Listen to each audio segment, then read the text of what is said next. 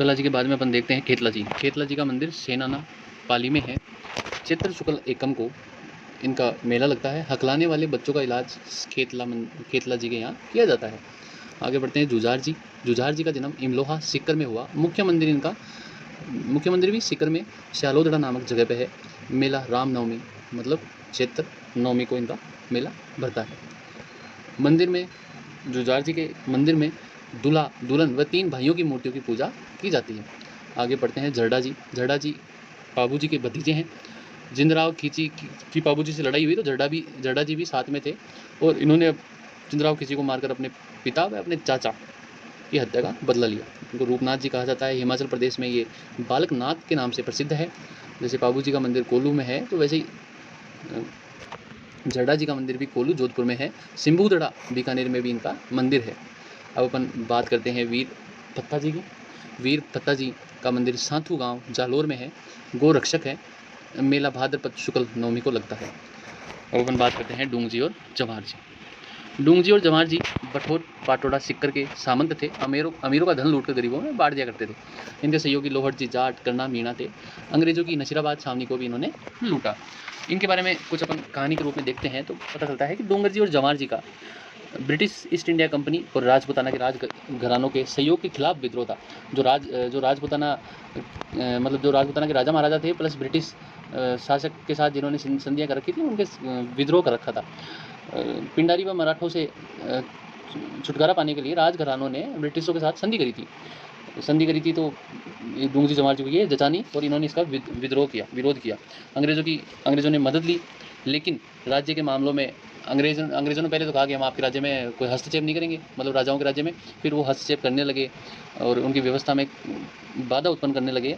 तो शेखावाटी वाहिनी इलाकों में भी ठाकुर या सामंत जो राजा के नीचे थे वो उनसे प्रसन्न नहीं थे। तो ठाकुरों ने भी छापा मारा जो अंग्रेजों के अधीन थे। अंग्रेजों ने विशेष रेजिमेंट शेखावाटी ब्रिगेड का गठन किया जो शासक व सरदार को निशाना बनाती थी। जो अंग्रेजों या ब्रिटिश इंडिया कंपनी का साथ नहीं देते थे या इनकार करते थे उनको ये शेखावाटी ब्रिगेड निशाना बनाती थी। और अधिकांश विद्रोही अंग्रेजों के साथ गठबंधन करने वाले ठिकानों व व्यापारियों पर हमला करते थे तो डकैत करार दिए जाते थे। जैसे डूंग जी जवाहर जी को डकैत करार दिया गया। डूंगर सिंह जी इस ब्रिगेड में ही थे किंतु अंग्रेजों द्वारा किए गए अत्याचार को देखते हुए 1834 में इसको अलविदा कह दिया। वह रेजिमेंट को लूट लिया। ऊँट हथियार घोड़े सब लूट लिए। डूंगर सिंह के चचेरे भाई थे जवाहर सिंह ने भी विद्रोह किया। सामंत मीणा करना मीणा लोहट जाट अन्य को एकजुट किया और अनेक ठाकुरों के साथ एकजुट हुए। 1838 में उन्होंने बीकानेर के गांव पर हमला किया इन सब ने मिलकर और फिर अजमेर की तरफ भाग गए। डूंगर सिंह वहाँ से अपने ससुराल भदवासा की तरफ चले गए। एक व्यक्ति था भदवासा में जो डूंगर सिंह के रिश्तेदार थे भैरव सिंह, वो अंग्रेजों के भी संपर्क में थे। उन्होंने डूंगर सिंह के बारे में जानकारी दी। नसीराबाद से सेना बुलाई, गांव को घेर लिया। डूंगर सिंह को दारू पिलाकर जब बेहोश हालत में हो गए तो अंग्रेजों को डूंगर सिंह को सौंप दिया। अंग्रेजों ने डूंगर सिंह को वहाँ से आगरा जेल में अंग्रेज ले गए। आगरा जेल में डूंगर सिंह को ले गए। इधर ये सब गाँव में थे जवाहर सिंह जी, सामंत मीणा, करना मीणा, लोहट जाट। तो डूंगर सिंह की पत्नी बोली कि आप यहाँ होली का जश्न मना रहे हो, वहाँ डूंगर सिंह आगरा के जेल में बैठे हैं। तो उनको ये व्यंग लगा। तो जवाहर सिंह व ये लोहट जाट सामंत मीणा व लोहट जाट को जवाहर सिंह ने भेजा आगरा के जेल में जानकारी करने के लिए। ये वापस आए तथा यहाँ से बारात बनती गई जिसमें साधु बना लोहट जाट। साधु बना तो भाई 200-300 सैनिक बारात लेकर गए। वहाँ पे बारात लेकर गए तो वहाँ पे आगरा जेल के सामने बैठ गए और ऐसे बोले कि दूल्हे का चाचा एक्सपायर हो गया तो हम तो भाई साहब बारवा यहीं करेंगे।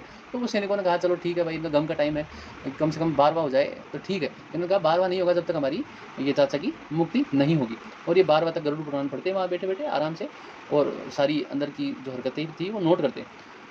फिर आखिरी दिन वो सैनिक आए 12वें दिन तो लोहट जाट से कहा कि आप हमारे घर चलिए साधु जी। तो लोहट जाट ने कहा कि नहीं, हम आपके घर नहीं चलेंगे, हमारी एक इच्छा है कि हमारा एक चेला अंदर बंद है, उनको उनसे मिला दीजिए। लोहट जाट साधु के वेश में अंदर गए, डूंगर सिंह से मुलाकात करी, डूंगर सिंह को छुड़ाया। डूंगर सिंह ने कहा कि मेरे अन्य साथी को भी छुड़ाओ, तो अन्य को भी छुड़ाया तथा आगरा जेल से डूंगर सिंह इस प्रकार बाहर निकले। कंपनी राज को बहुत शर्मिंदगी महसूस हुई कि यार अपनी जेल से कोई आदमी ऐसे भाग गया और अपने को खबर तक नहीं लगी। डूंगर सिंह व जवाहर सिंह पातोड़ा पहुंचे। अंग्रेजों को एक और झटका मिला। नसीराबाद छावनी पर इन्होंने अटैक किया। अब नसीराबाद छावनी पर अटैक किया, उससे पहले रामगढ़ के सेठ थे आनंद सिंह, तो डूंगर सिंह उनकी निगाह थी, उनको लूटा। 3 तरफ से 3 दल बनाकर इन्होंने नसीराबाद छावनी को लूटा। आधी रात को लूटा। छावनी के तंबू जला दिए, जो सारा धन था लूटा हुआ वो धनोप देवी के मंदिर में चढ़ाया था। हमले ने कंपनी और जो रॉयल्स थे उनके अपमान के आग में घी डालने जैसा काम कर दिया। ब्रिटिश अधिकारी प्लस बीकानेर के हरनाथ सिंह जी ने कमान संभाली, उसमें जोधपुर के राजा भी शामिल थे। डूंगर सिंह व जवाहर सिंह के नेतृत्व में गढ़सीसर के पास युद्ध हुआ। कुछ समय बाद डूंगर सिंह कुछ अन्य लोगों के साथ घेराबंदी तोड़कर जैसलमेर की ओर भागे। उधर ठाकुर हरनाथ सिंह जवाहर सिंह को आत्मसमर्पण हेतु राजी करने में सफल हुए। जैसलमेर के डूंगर सिंह और जवाहर सिंह को अंग्रेजों ने गिरफ्तार करना चाहते थे, परंतु बीकानेर और जोधपुर रियासत के राजाओं ने इनकार कर दिया। ताउमर इनको नजरबंद रखा, वहीं उनकी मृत्यु हुई। और लास्ट में लोहट जी गिरफ्तारी से बचने के लिए 1855 में लोहट जी ने जहर खा लिया। तो ऐसे थे डूंग जी और जवाहर जी। और धन्यवाद।